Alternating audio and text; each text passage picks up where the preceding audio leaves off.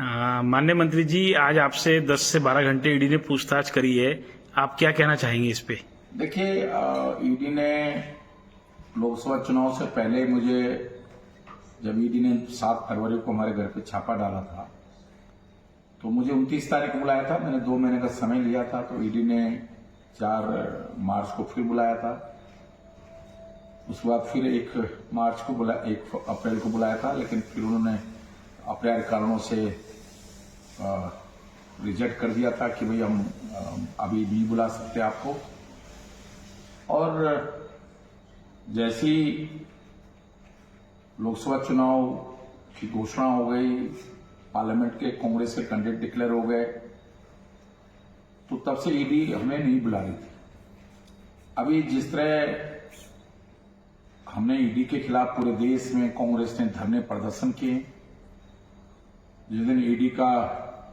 22 तारीख को घेराव का कार्यक्रम था, उसमें जिस तरह मेरे द्वारा बढ़ चढ़ के ईडी का घेराव किया गया, वहां ईडी के मुख्यालय के बाहर धरने पर भाषण दिया गया, कहीं न कहीं केंद्र की सरकार और भारतीय जनता पार्टी बैकफुट पे आई है। जिस तरह ईडी का, सीबीआई का, इनकम टैक्स का दुरुपयोग हो रहा है, हमारे माननीय राहुल गांधी जी ने जिस तरह पार्लियामेंट के अंदर कहा, माननीय अखिलेश जी ने जिस तरह पार्लियामेंट के अंदर कहा, और पूरे देश के अंदर जिस तरह माहौल बना है कि भारत सरकार और भारतीय जनता पार्टी केंद्रीय एजेंसियों का जिस तरह दुरुपयोग कर रहे हैं, लोगों को परेशान कर रहे हैं, लोगों को जेल भेज रहे हैं, जिन कानूनों के तहत आतंकवादियों को जेल भेजना चाहिए, जिन कानूनों के तहत देशद्रोहियों को, जो देश के खिलाफ षड्यंत्र कर रहे हैं, उनको जेल भेजना चाहिए, उन कानूनों के तहत आज विपक्ष के नेताओं को जेल भेजा जा रहा है, उनकी जांच की जा रही है। और ऐसा माहौल अगर आज देश में बन रहा है, जैसे आपातकाल जैसी स्थिति आज देश के अंदर हो गई है। आज सीबीआई की, मैं देखे ईडी के अधिकारियों से हमारी कोई नाराजगी नहीं है, क्योंकि उन तो नौकरी कर रहे हैं, उनको जो निर्देश होते हैं। लेकिन आज जिस तरह ईडी ने मुझसे 11-12 घंटे बातचीत, पूछताछ की है, पाखरो टाइगर सफारी उत्तराखंड के लिए एक बहुत अच्छा प्रोजेक्ट है। पाखरो टाइगर सफारी बननी चाहिए, और ऐसे अच्छे प्रोजेक्ट के लिए ईडी क्या, सीबीआई का कोई भी एजेंसी अगर मुझे सजा देने के लिए तैयार है, दुनिया की कोई भी अदालत, देश की कोई भी अदालत मुझे सजा देने के लिए तैयार है, तो मैं उस सजा को भुगतने के लिए तैयार हूं, क्योंकि मैंने एक अच्छे उद्देश्य के लिए काम किया, उत्तराखंड के भले के लिए काम किया। पाखरो टाइगर सफारी बनने से जीव जंतुओं का भी संरक्षण होता। जो बुजुर्ग टाइगर होते हैं, शिकार नहीं कर पाते हैं,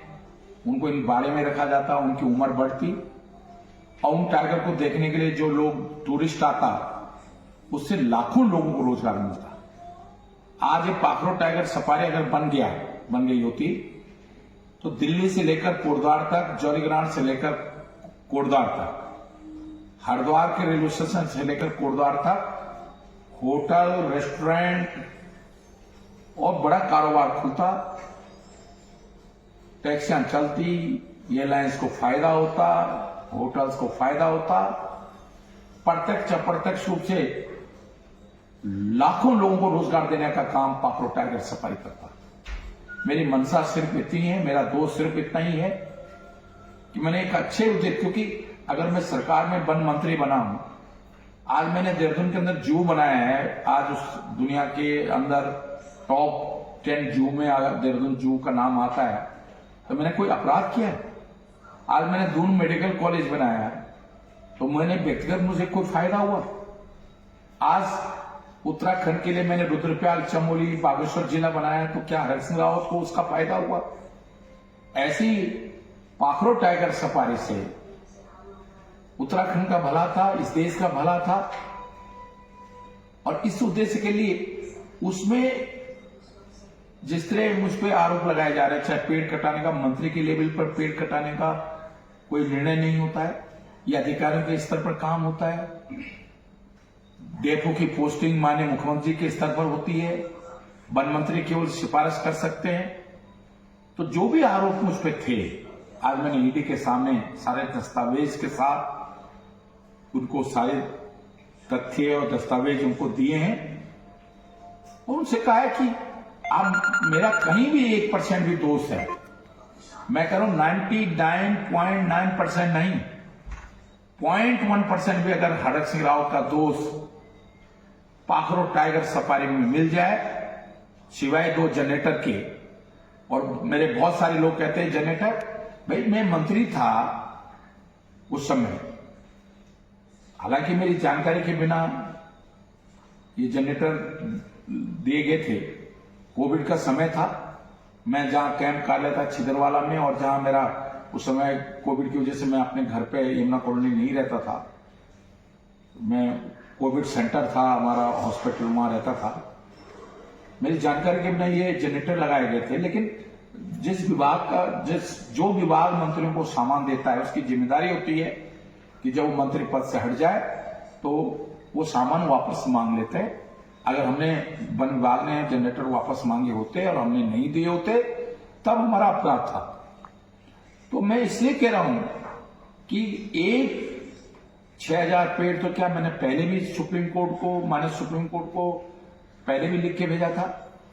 एक टहनी क्या, 6000 पेड़ क्या, एक पेड़ क्या, अगर एक टहनी भी हरक सिंह रावत ने व्यक्तिगत हित में प्रयोग की हो गई या काटने में, मेरी किसी को काटने के लिए मैंने कटवाई होगी, तो मैं हर सजा को भुगतने के लिए तैयार। इसलिए मैं जिस तरह पाखरो टाइगर सफारी मेरा ड्रीम प्रोजेक्ट था, इस प्रदेश के भले के लिए, इस प्रदेश के नौजवानों को रोजगार के लिए, हरक सिंह रावत हतोत्साहित होने वाला नहीं है। 1000 बार भी मुझे ईडी, सीबीआई और तमाम जांच एजेंसियों को भी सामना करना पड़ेगा, तो उत्तराखंड के हित के लिए, उत्तराखंड के लोगों के भले के लिए, रोजगार के लिए मैं हमेशा ये सामना करता रहूंगा जब तक मेरी सांसें हैं। एक एक सांस मेरी उत्तराखंड के लोगों की भलाई के लिए, लोगों के हितों के संरक्षण के लिए, मेरे एक एक सांस उनके लिए समर्पित है।